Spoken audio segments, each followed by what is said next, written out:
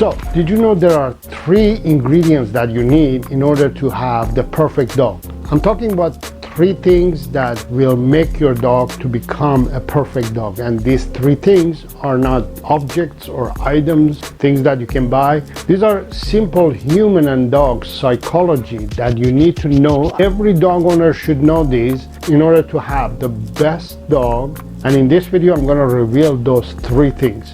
So let's get started. Hello dog lover, my name is Saro. I'm a dog trainer, also coach dog owners, and I've been coaching and training dogs for over 20 years.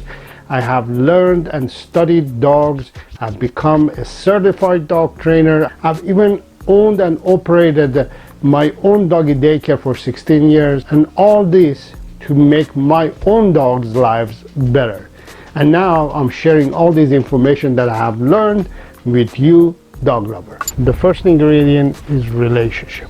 You need to have a solid, healthy, organic relationship with your dog. And I'm not talking about a relationship that is one way and you give to your dog only, like you provide food and the best bed, or you purchase the most expensive harness. That's not the relationship that we're talking about. We're talking about two-way relationship that your dog is so connected to you that you almost feel as connected to your dog, just like the relationship that you have with your parents or partner. So these are organic relationships. So you have to work on building an organic relationship with your dog to the point that you are just one. And I've talked about this topic in my previous video. I'm going to link that video in the description that you can go ahead and watch that after you watch this video. Second ingredient is trust. So the next thing that you need is building trust, right? And the way you build the trust with your dog is by being consistent and provide routine for your dog. Dogs love routine. It makes them predict what is going to happen and how they're going to feel.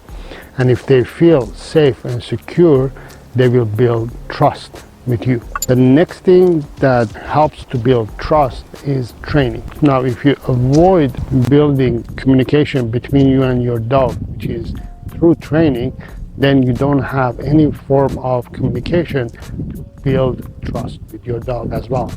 So many dog owners skip the part that is basically training or teaching the dog the basics or commands basically, and just don't realize that they don't have any communication system between them and the dog, which leads to not having any trust between you and your dog. So when you don't build a communication system between you and your dog cannot communicate to you how it feels, what it wants and needs are. And the same way you can ask your dog to do things that you want and you need from your dog.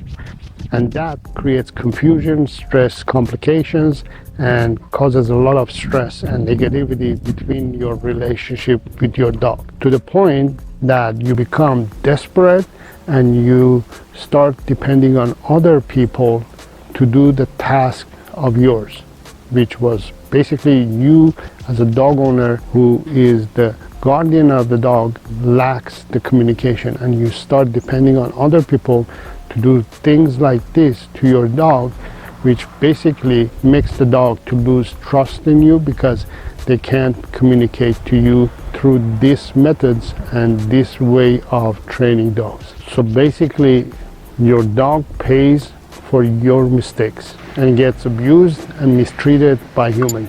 Now the next thing that we need to focus on is positive and negative reinforcement. You need to provide both positive and negative reinforcement to your dog. And without it, that causes a lot of confusion to happen in your relationship and in building that trust that you're trying to build. I've talked about how to provide both physical and mental positive and negative reinforcement to your dog in a different video, which also I'm going to link that in the description.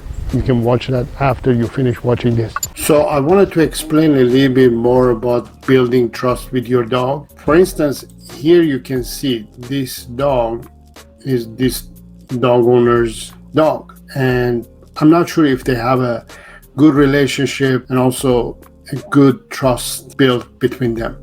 But when you do this to a dog, and a stranger comes and takes your dog and does all this to your dog, not only this dog now is losing trust on humanity, losing trust on its owner as well. Because now the dog is saying, if you're going to do that to me, I'm not going to trust you anymore because you're causing me stress, you're causing me anxiety, you're causing me fear. So therefore, I'm not going to trust you anymore. And that's not the way to build trust with your dog, especially when you are depending on strangers to do the part that you're supposed to do, which is you are supposed to build a relationship and trust with your dog. All these dogs have lost trust in their own owners, and all these dogs are being traumatized. All these dogs are being overstimulated, and all these dogs are being stressed. And all of these is they're paying for it because of the human who has not made a good decision. And asking somebody else to take care of your own problems causes additional stress in your dog and lack of trust between you and your dog. So in my next video, I'm going to talk about the third ingredient that you need in order to make your dog to become the perfect dog. So focus on first building a relationship. Second of all, build a good, trustful relationship with your dog, and focus on training and providing both positive and negative experiences for your dog, as I explained this video and the videos that you're going to watch. So in the next video, I'm going to explain what the third ingredient is. And if you enjoyed content like this, make sure to subscribe to the channel and hit the bell icon as well, so you will get notified as soon as I post my next video. Till next time, have fun with your dog.